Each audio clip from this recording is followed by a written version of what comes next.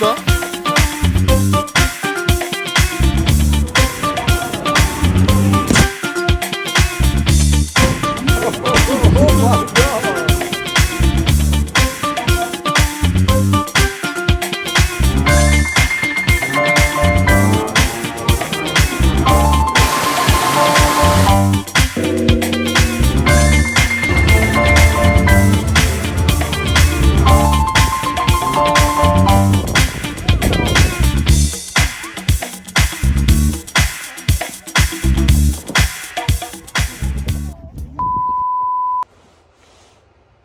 우선은 4학년 올라오니까 2학년 게 마지막이니까 2학년 3월이 마지막이었으니까 그때부터 좀 말씀을 드리자면은 2학년은 뭐 1학년이랑 비슷하게 흘러갔고 그렇게 끝났고 3학년 때는 저희가 논문을 썼어요. 졸업 논문인데 저희는 3학년 때 쓰는데 어떤 학교들은 4학년 때 쓰기도 하고 뭐 그렇더라고요. 근데 저는 3학년 때 끝내놓은 게 조금 잘했다고 생각하는 게 4학년 때 되게 할 게 많아서 이게 논문까지 쓴다고 생각하면은 이게 과연 학교 생활을 제대로 할 수 있을지 소화를 할 수 있을지가 되게 의문이 드는데 지금에 와서는 뭐 아무튼 4학년 때 만약에 논문이 있었으면은 뭐 그것도 그거대로 잘 했겠지만 아무튼 3학년 때 저는 논문을 끝냈고 제 논문 토픽은 항생제 복용 관련해 가지고 항생제 저항성, 항생제 내성 관련한 환자들 연구를 했었고 저희는 2차 연구를 합니다. 1차 연구가 아니라 2차 연구를 하는데 2차 연구 같은 경우에는 기존에 나와 있던 논문, 출판됐던 논문들의 연구 자료를 가지고 저희가 2차적으로 분석을 하는 거예요. 뭐 제가 이제 또하게 어떤 약들을 픽을 하고 그리고 어떤 환자들한테 적용을 할지에 대해서 먼저 사전에 가설처럼 이렇게 만들어 놓은 다음에 그 다음에 그 같은 약들과 같은 환자, 그러니까 환자 케이스가 비슷한 경우 들만 끌어다 모아서 이 약에 대한 효과가 정말 균일하게 효능이 나오고 있는지 논문별로 조금 다른지 뭐 이거에 대해서 분석하는 그런 논문을 썼고요. 거의 1년 동안 썼는데 막상 진짜 시간을 투자한 거는 거의 한 끝에 한 4개월 정도? 거의 한 8개월 동안은 방향성을 잡느라 되게 힘들었고 왜냐면은 이게 막 2차 연구만 그런지는 잘 모르겠는데 저희 학교 논문 쓰는 거 같은 경우에는 검색 엔진 같은 경우에 그러니까 논문을 검색할 때 기존 연구 논문들을 찾기 위해서 검색을 할 때 그 검색하는 툴이 정해져 있고요. 이 툴을 벗어나면 안 돼요. 그 시퀀스가 다 있고 로직이 다 있어서 그거대로 차례대로 해서 검색을 진행을 시켜야 되고 거기서 논문이 여러 개가 나왔는데 왜 이 논문은 픽을 하지 않았고 왜 이 논문만 픽을 했는지 뭐 이런 식으로까지 다 검증을 해야 되고 이유를 다 철저하게 써야 되고 그리고 어떤 검색 엔진을 썼는지 이런 것도 이제 논문에 녹여 써야 되고 과연 이게 이제 결과가 뚜렷하게 일관성 있게 논문별로 다른 연구들인데도 불구하고 뚜렷하게 연구 결과가 동일하게 나오는지 뭐 이런 것도 증명을 해야 되는 것들이었는데 아무래도 이게 영국에서 쓰는 논문 폼이 좀 다르다 보니까 그리고 솔직하게 말해서 제가 한국에서 논문을 써본 적이 없으니까 그 시스템을 익히는데 굉장히 오랜 시간이 걸렸고 그리고 논문도 뭐 내 멋대로 쓰는 게 아니라 양식이 정해져 있어요. 리포트 쓰는 것처럼 뭐 글자 크기 이런 게 아니라 이 2차 연구 논문에는 어느 정도 정해져 있는 컨텐츠들이 있어요. 그래서 이런 컨텐츠들은 꼭 넣어야 되고 그리고 어떤 분석을 하는지까지도 그 분석 기술에 대해서도 선택을 해야 되는 그런 거였어가지고 그 하나하나 기술들 그 분석 기술에 대해서도 익혔어야 됐고 그리고 그거를 또 제 논문에 녹이는 데까지 정말 시간이 오래 걸렸어가지고 고생을 되게 많이 했어요. 그리고 이게 1년 동안 논문만 쓰는 게 아니라 이제 일반 석사 대학원 과정처럼 1년 동안 논문만 쓰는 게 아니라 원래 듣고 계셨던 약대 과정은 그대로 렉처를 들으시고 그리고 그 외의 시간 동안 논문을 쓰시는 거예요. 이제 교수님이랑 그 외의 시간을 녹여서 만나야 되는 거고 담당 교수님이랑 그리고 논문은 따로 그 외의 시간 본인이 알아서 쓰셔야 되는 그런 모듈. 저는 학사 일정 같은 거나 이제 학사 계획표 같은 게 이제 연초에 나오는데 그거를 보시면 저희도 크레딧이라는 시스템은 아닌데 모듈제인데 저희도 학점이라는 게 어쨌든 하거든요. 유럽 ECT라고 해서 이게 1, 2학년 때보다 확실히 강의 수가 적어진다고 되어 있었는데 막상 들을 자체가 너무 무거워서 거의 듣는 양은 똑같아서 이제 체감상 그냥 논문을 그냥 다니는 건 원래대로 다니고 논문은 그냥 논문대로 써버려야 되는 그런 3학년이었습니다. 되게 비옥 같았으니 바빴어요. 점점 1학년 때부터 나갔지만 저는 1학년 1학기부터 나갔는데 1학년 학생들이 아마 2학기 때 근데 이게 이제 2학년 3학년으로 올라갈수록 2주 갔다가 뭐 2학년 때는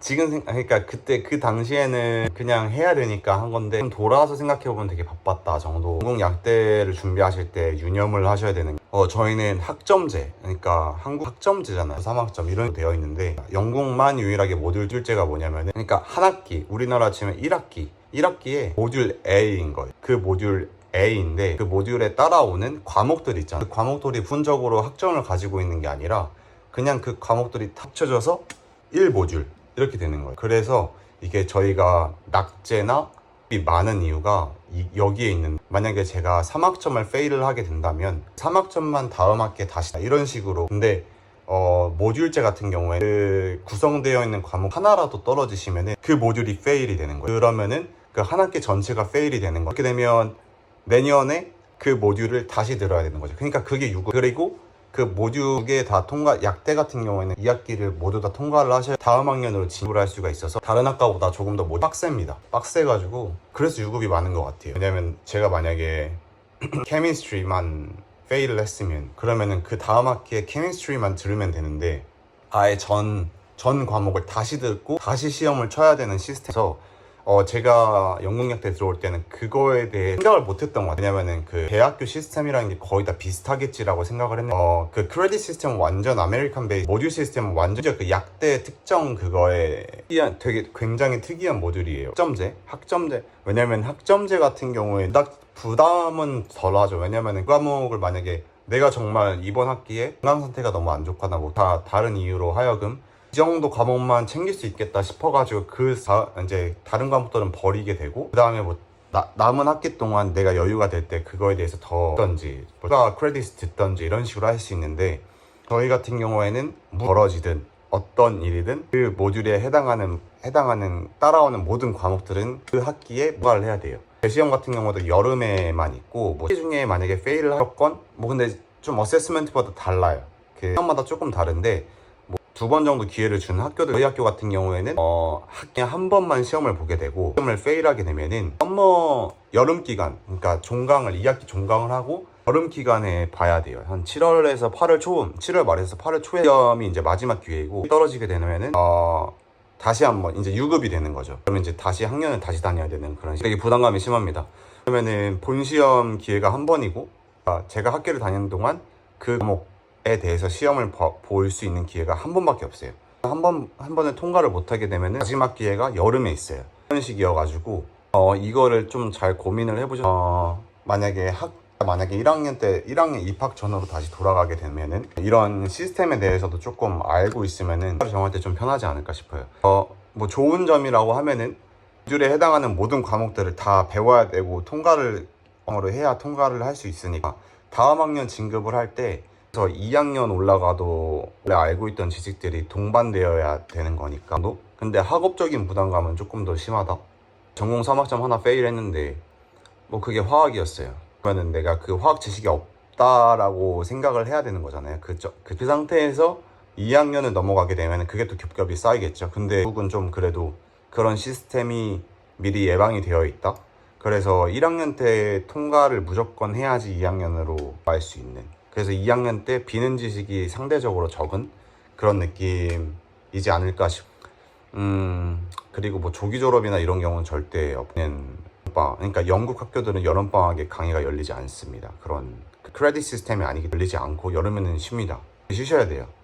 조기 졸업 뭐 이런 것도 없고 편입도 거의 다 불가능합니다. 왜냐면 이게 저희가 국가에서 운영하는 거기도 하고 그 자체가 국가에서 인증을 받아야 되는 모듈이고, 그래서 우리나라 치면 약사회라는 곳이 있어요. 단체처럼 이렇게 있고 막 이런 식이 아니라 정말 그 약대 시스템에 관여를 하고 1년에 몇 명을 뽑을지 같은 것도 그 사람들이 관여를 합니다. 이제 시험 같은 경우 출제도 그 사람들이 하기 때문에 그 방향성에 맞춰서 교육 과정이 다 바뀌어요. 1학년 때부터 4학년 때까지 맞춰야 되는 그게 이제 모듈마다 있어요. 그 스탠다드에 대해서 그 레귤레이션을 다 그 만족시킨 상태에서 졸업을 해야 되는데, 만약에 편입생이 왔다고 치거나 아니면은 뭐 중간에 전과를 하거나 이렇게 1학년 때 본인이 맞춰야 되는 그 GPA 못 맞추고 2학년으로 들어오는 거기 때문에 불가능합니다. 제가 보기엔 정말 어렵고 약대에서 약대로 옮기는, 학교를 옮기는 불가능에 가깝다고 들었어요. 국제학생은 거의 힘들지 않을까 싶어요. 왜냐하면 그래도 있고 비자도 중간에 바꿔 힘든 시스템 처음에 선택하실 때 잘 선택하시는 게 좋고요. 제일 크게 바뀐 게 제가 1학년 때는 Independent Prescribed Pharmacist는 아니었어요. 약사는 그러니까 단독 진료 권한이 없는 상태, 그러니까 졸업한 상태에서 그게 뭐냐면은 이제 처방권에 대한 얘기인데 저희가 지병이 아마 Pharmacy First라고 해서 이제 우리나라로 치면은 동네 약국에서 7가지 질병에 대해서는 저희가 처방을 하게 돼요.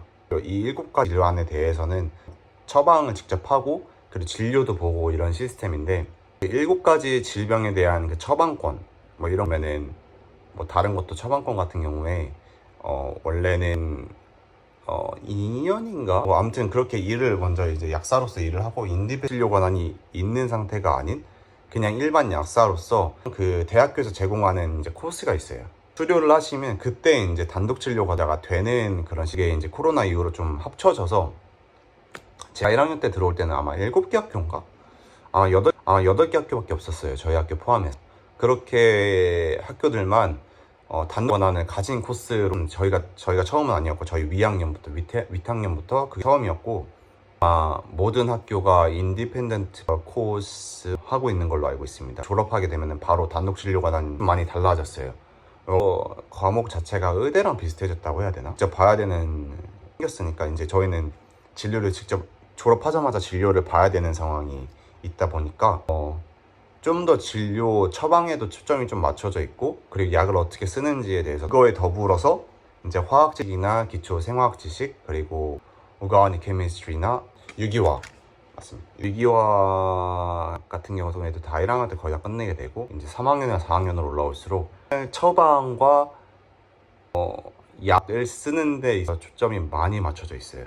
항상 그냥 환자 케이스 가지고 공부를 그냥 보는 게 환자 케이스인 완전 임상에 올라와 있는 그런 느낌으로 많이 바뀌었고 제가 1학년 때보다 지금의 1학년이 화학 유닛이 더 많다고 들었는데 여기 제가 생각했던 것보다 그렇게 많지가 않아서 1학년은 죽을 맛이겠 그래서 그렇게 하고 뭐 그래요.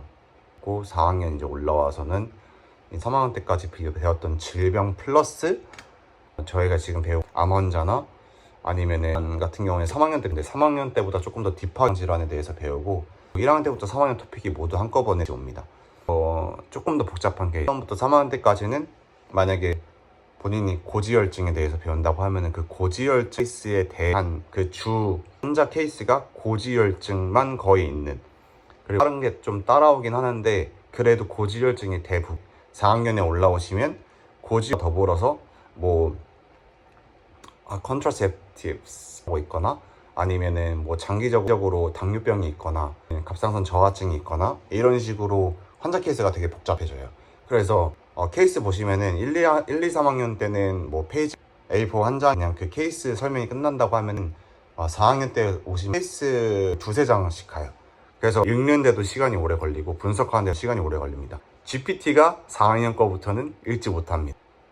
이제 보면은 AI에 되게 그러니까 GPT면 제미나이 뭐 이런 거에 의존을 하셨던 분들은 4학년이나 3학년 2학기부터는 큰일 나시니까 평소에 공부를 GPT한테 넣고 그렇게 바로 하지 마시고 공부를 하시다가 모르는 게 있으면 GPT한테 물어보고 이런 걸 하셔야지 질문을 뭐 그걸 그냥 카피 앤 페이스트 해서 뒤에 계속 답을 그냥 받아오시거나 이런 식으로 공부를 하시면은 큰일 나십니다.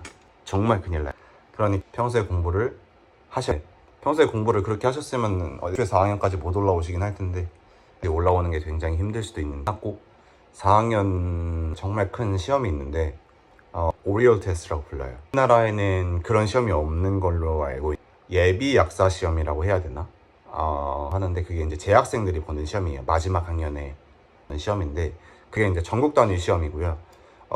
SJT랑 그리고 Calculation 테스트로 나눠져 있어요. 이게 정말 막 그 심오한 정말 그 약사 본 시험처럼 심오한 약학적 지식을 묻는 게 아니에요. 물론 그런 베이스가 조금은 있겠지만 느낌이냐면은 상황이 주어져요. 문제 1번 해가지고 뭐 내가 지금 약국에서 일하고 있는 약사다. 근데 이런 환자가 찾아와서 이런 식으로 얘기를 이러면 보기가 주어집니다. 보기 강한 이렇게 쭉 주어 그걸 저희가 우선순위를 매기거나 아니면 그 중에 제일 가장 올바른 거 3가지를 고르는 시험이에요. 그럼 단순하게 나오는 게 아니라 이게 명백하게 그 옵션이 보이는 게 정말 다 내가 할 만한 그런 느낌의 옵션들만 나와요. 그리고 약간 조금의 차이만 있다. 뭐 예를 들면은 그러니까 시츄에이션이 막 이래요. 그래서 근무하고 있는 약사다. 근데 병으로 인해서 약국을 돌볼 수 없는 상태이다. 그래서 그 책임 약사가 퇴근을 했다. 근데 환자가 찾아와서 어떤 약을 처방해 달라고 한다. 뭐 이런 식으로 나옵니다. 아니면은 되어 있는 약을 이제 찾으러 와. 이런 식으로 했을 때 어떻게 우선순위를 설정을 할 거냐, 액션을 먼저 취하에 대해서 물어보는 시험이에요. 그럼 막 1번에 그냥 뭐 본인 확인하고 처방약을 준다. 뭐 이런 식으로 그런 느낌의 그런 게 이제 우선순위를 설정을 해야 되는데 영국식 마인드를 탑재를 해서 봐야 되는 처음에 공부를 안 하고 제가 시험을 풀어봤는데 점수가 정말 터무니없이 제가 했던 거는 모의고사를 정말 많이 이런 상황이 주어지면 어떤 걸 제일 먼저 많이 외워놔. 그리고 시험장에 제 의견대로 푸는 게 아니라 그 제가 연습했던 그 로직 왜냐면 한국식 마인드가 탑재가 되어 있기 때문에 저처럼 제 방식대로 풀면은 고득점을 못해요. 한계가 있죠. 그래서 막 그렇게 고순위에 진입하지는 못했어요. 그래서 그렇게 진입을 하게 되면은 9월 말부터 10월 초까지 볼 수 있는 결과랑 상관이 없이 그러니까 결과를 모르는 상태로 취준을 시작합니다. 뭐 회사원들 취업처럼 취업을 하는 게 아니라 이렇게 그 레sume를 이렇게 보내는 게 아니라 그 오리얼이라는 사이트가 있어요. 그 플랫폼이 있는데 거기에 있는 약국, 병원들이 자리를 올려요. 그래서 저희는 거기서 1년 동안 52주 트레이닝인데 그 52주 동안 어떻게 진행이 되는지 그런 것부터 시작해서 상세하게 트레이닝은 어디서 만약에 사설에 맡기면 어디 사설에 맡기는지 이런 것부터 그리고 뭐 주소 막 이런 게 다 나와 있어요. 그래가지고 제가 이제 우선순위를 매기는 거예요. 근데 제가 고등학교로 우선순위를 정해서 그 추첨식으로 1순위 끝나고 안 되면은 2순위로 넘어가는 2순위의 학교가 이미 1순위에서 다 찼으면은 끝. 뭐 이거로 해서 쭉 밀리고 막 이런 시스템이었거든요. 근데 같이 오리얼에서 적용이 됩니다. 근데 점수 베이스에 제가 만약에 1순위에 어떤 병원을 썼어요. 그 병원을 썼는데 똑같은 병원을 쓴 친구들도 있을 거 아니에요. 똑같은 순위 1순위에 그 똑같은 병원 3,000명, 뭐 4,000명이 그러면은 그 사람과 경쟁을 합니다. 같은 자리를 가지고 경쟁할 때 보는 점수가 오리얼즈입니다. 그 SJT랑 calculation 점수를 가지고 하는데 SJT 점수를 먼저 우선순위로 보고요. 고득점을 한 사람이 우선순위로 채용이 되고 SJT가 우연치 않게 같아요. 그러면은 계산식 점수로 우선순위가 매겨집니다. 그래서 SJT를 먼저 잘 보는 게 중요하고 그 뒤로는 calculation 하는 게 중요한데 특히나 런던에 있는 경쟁률이 정말 심해요. 너도 나도 런던을 씁니다. 너도 나도 런던을 쓰기 때문에 동점자 수도 엄청 많아질 수도 있고 그 calculation까지 가는 경우도 굉장히 많다고 들었어요. 그리고 보통 그 스플릿이라고 해서 6개월 이런 식으로 나눠져 있는 코스가 있거든요. 트레이닝이 그러면은 6개월 동안 약국에서 일을 하고 6개월 동안 병원에서 일을 하거나 아니면 6개월 동안 병원에서 일을 하고 6개월 동안 GP에서 일을 하고 6개월 동안 제약회사에서 일을 하고 6개월 동안은 동네 약국에서 일한다거나 그걸 저희가 스플릿이라고 부르는데 이게 정말 선호도가 좋고 왜냐면은 6개월에 한 번씩 바꿀 수 있다 보니까 그렇게 되면은 뭐 환자 케이스도 조금 다양해지 한 곳에서 계속 하는 것보다 조금 더 재미있다고 생각을 하기 때문에 그 다음으로는 병원 같은 경우에는 환자 케이스가 정말 많다고 그리고 트레이닝도 굉장히 잘해주고 병원도 선호도가 좋고 그 다음에 커뮤니티 파머시 아니면 커뮤니티 파머시 GP 이런 식으로 우선순위 조금 있어요. 인기 있는 순위가 런던은 그거 할 거 없이 그냥 모든 자리가 인기가 좋고 경쟁률이 정말 치열하다고 보시면 돼요. 그래서 런던 경쟁률이 정말 심하다만데 이게 어느 정도냐면 교수님들이 런던을 쓰고 싶으면 써라. 근데 무조건 백업 플랜을 짜라. 무슨 뜻이냐면은 되게 순위를 짤 거 아니에요. 그 인기 있는 뭐 좀 평균 연봉에다가 위치도 좀 좋은 건 라운드 1에 다 찹니다. 그러니까 한 이제 라운드가 돌면은 두 번째 라운드 갈 필요도 없이 1순위에서 다 차게 됩니다. 2순위에도 런던 쓰고 3순위도 런던 쓰고 이렇게 쭉 런던을 쓰다 보면 쭉 밀려요. 이게 가지고 왜냐면 자리가 다 마감이 돼. 일지망에서 다 자리가 중간중간에 좀 비인기 도시를 쓰게 되면은, 그래서 그런 식으로 좀 끼워 넣어라, 중간중간에 끼워 넣어라 이런 식으로 하는, 저는 무슨 근거 없는 자신감으로 인해서 다 런던으로 썼어요. 근데 이게 정말 위험한데, 이제 4학년으로 가시는 분들은 우선순위를 무조건 중간에 백업 플랜을 무조건 하시기를 추천드려요. 법무서운 줄 모르고. 그때 이제 저도 마감 순위 그거를 마감을 하고서 굉장히 후회를 많이 했어요. 떨어질까봐. 뭐냐면은 점수를 모르는 상태에서 지원을 하는 거기 때문에 모르거든요. 결과도 모르고 우선순위를 제 순위를 아는 상태에서 지원을 해서 좀 얘기가 달라져. 좀 더 뭐 이렇게 백업 플랜을 세웠을 때 보니까 오로지 느낌으로만 봐야 되는 4학년 올라가시는 분들, 내년에 쓰시는 백업 플랜을 하시기를 추천을 드리고요. 그러니까 뭐 런던 플레이스에서 정말 연봉이 낮은 곳들도 있어요. 그래서 저는 생활을 해야 되기 때문에 그래도 평균 연봉 정도 받는 곳 이상만, 그 아래는 다 제외를 시켰고, 뭐 이제 좀 런던 동쪽 동남부 쪽은 정말 안 좋기 때문에 치안이 정말 안 좋은 도시도 제외를 시켰고, 교통 편한 곳, 연봉 좀 괜찮은 곳만 추려봤더니 그게 한 270몇 되더라고요. 그래서 세팅했던 우선순위가 채용이 돼서 런던으로 가게 됐고요. 그게 라운드 1에서 21번째로 배정이 받았던 건데, 제가 그 업그레이드를 기다렸어요. 라운드 2랑 라운드 3까지 절대 안 바뀌더라고요.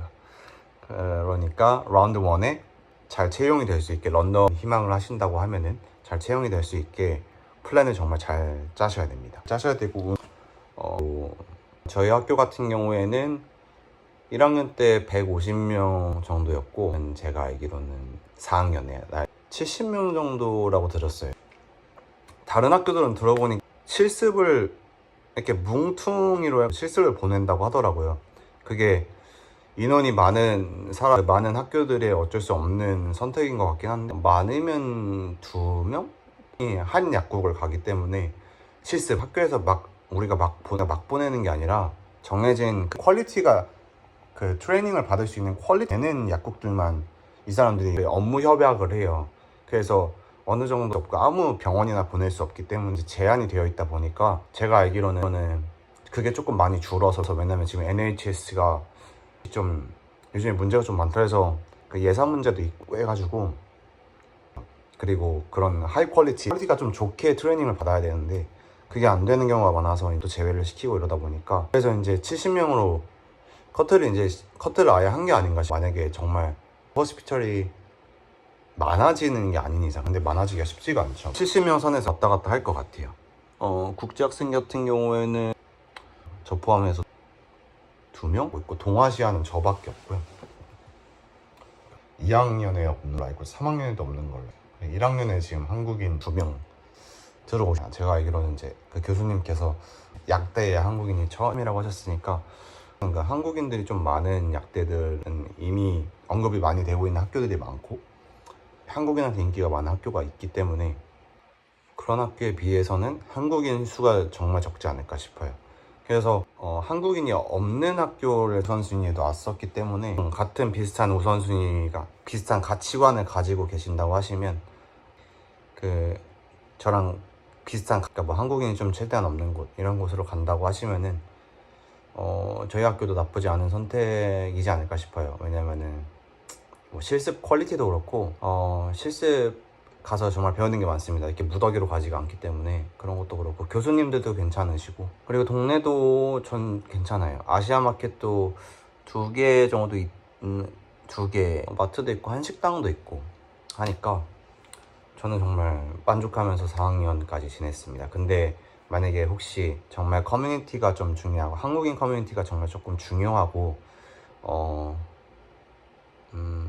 외로움을 좀 많이 튼다거나 아니면은 혼자 사는 게 좀 처음이라고 하신다고 하면은 좀 더 한국인 커뮤니티가 있는 곳으로 가시는 게 생활하는 면에서 조금 더 낫지 않을까 싶어요. 왜냐면 사람마다 좀 스타일이라는 게 있고, 뭐 무조건 진짜 본인이 막 그런 커뮤니티가 있어야 되는데, 그런 한국인들이랑 이렇게 소통하고 이런 것도 정말 중요한 스타일인데, 뭐 그렇다고 유학을 가는데 한국이 없는데 가겠다 이런 식으로 하시는 것보다 본인을 정말 객관적으로 보시고 학교를 선택하는 것도 정말 좋아요.